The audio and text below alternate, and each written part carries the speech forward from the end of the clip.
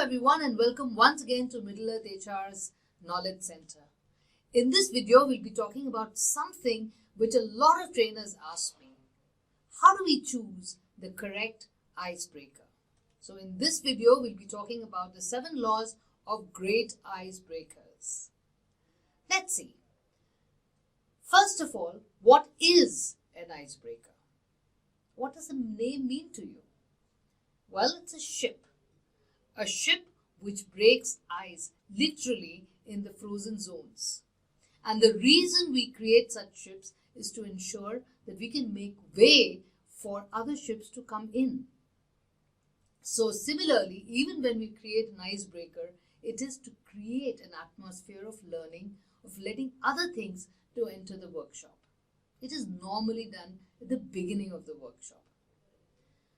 How is it different from an energizer? Well, an energizer can be used anytime. Its purpose is to energize it. It could be after lunch, it could be around tea time, anytime when a trainer feels that, yes, my participants are ready to go to sleep. Whereas you use an icebreaker only when you want people to get to know each other, to feel comfortable with each other so that they can talk and allow an atmosphere of friendliness and openness. So what are the 7 rules of great icebreakers globally? Well, a lot of research was done and they found that all icebreakers which make an impact have certain things in common. Just to give you an example, I'm going to run you through a couple of openers or icebreakers. Let's see. What's the best piece of advice that has ever been given to you? Now that's an ice-breaking question. It makes you think, doesn't it? When you die, what do you want to be remembered for? What is your favorite item you bought this year? Well, some of us might have many things that we bought this year and some people might just scratch their heads. What would be the most surprising scientific discovery imaginable? Well, it is also going to make you think a lot more. What is your most absolute dream job? What is so common about all these icebreakers? I'm sure you can see some commonalities. The first thing is that they're all open-ended. Every individual in the room will have a different answer. So when you ask them something which is open-ended, it gives them a chance to think, to reflect, to come up with ideas. It kind of creates an open platform for everyone. It focuses on experiences, interests, and wishes. So it's not a simple thing like tell me your name or what is your education level, whatever. Those are very closed-ended questions. If you see these ones, they're asking about your experience, your interest, what really excites you.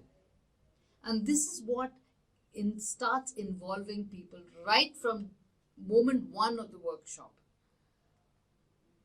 The goal is to create a safe space, where people won't be judged, where they won't be,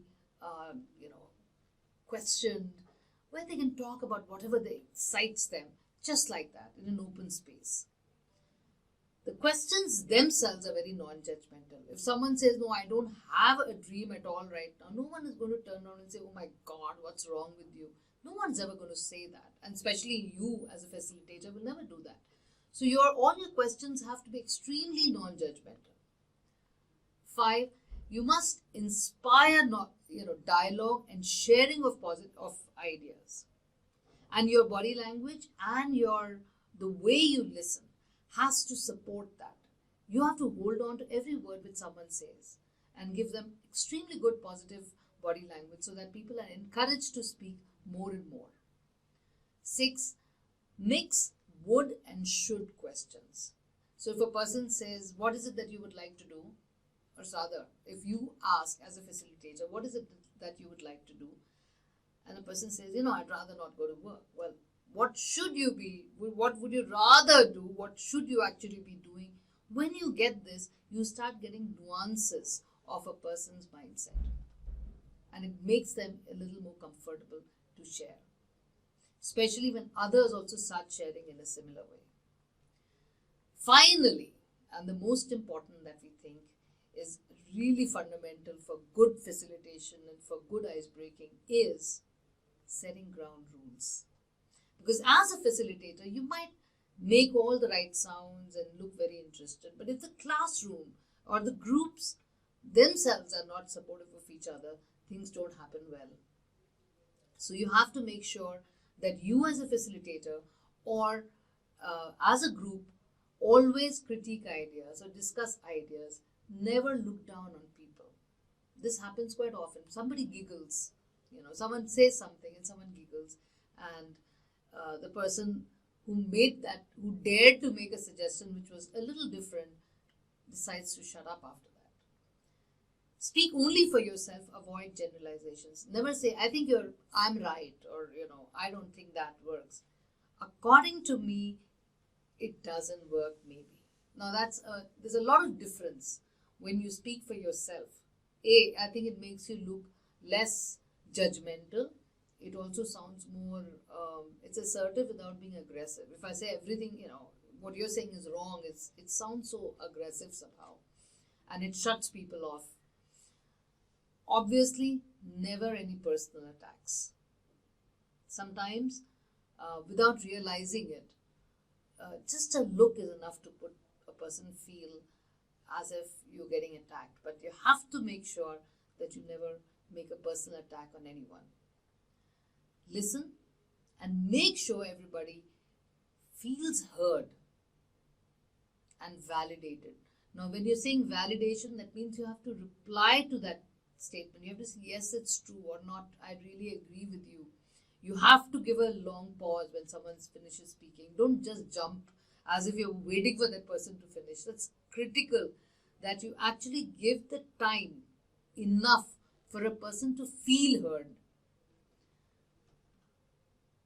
This is fundamental. Only one person speaks at a time. Sometimes people, when they speak very slowly, we start getting impatient and others start jumping in, and the faculty sometimes feel, it's okay to keep, to interrupt.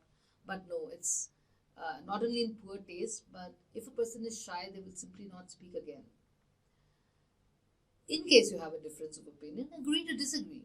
But don't be disagreeable. Don't be mean. Because as a faculty, you are in a position of power. So it's very easy to put people down. But it's not in good taste, and it doesn't make good sense when it comes to rapport building in class. Sometimes people share things which are very private, and they're doing this because they trust you.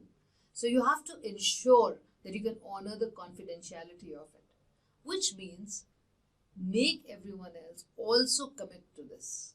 That's a ground rule. If you share it, well, as a faculty, you might not ever get trust again from the same team, because such news carries.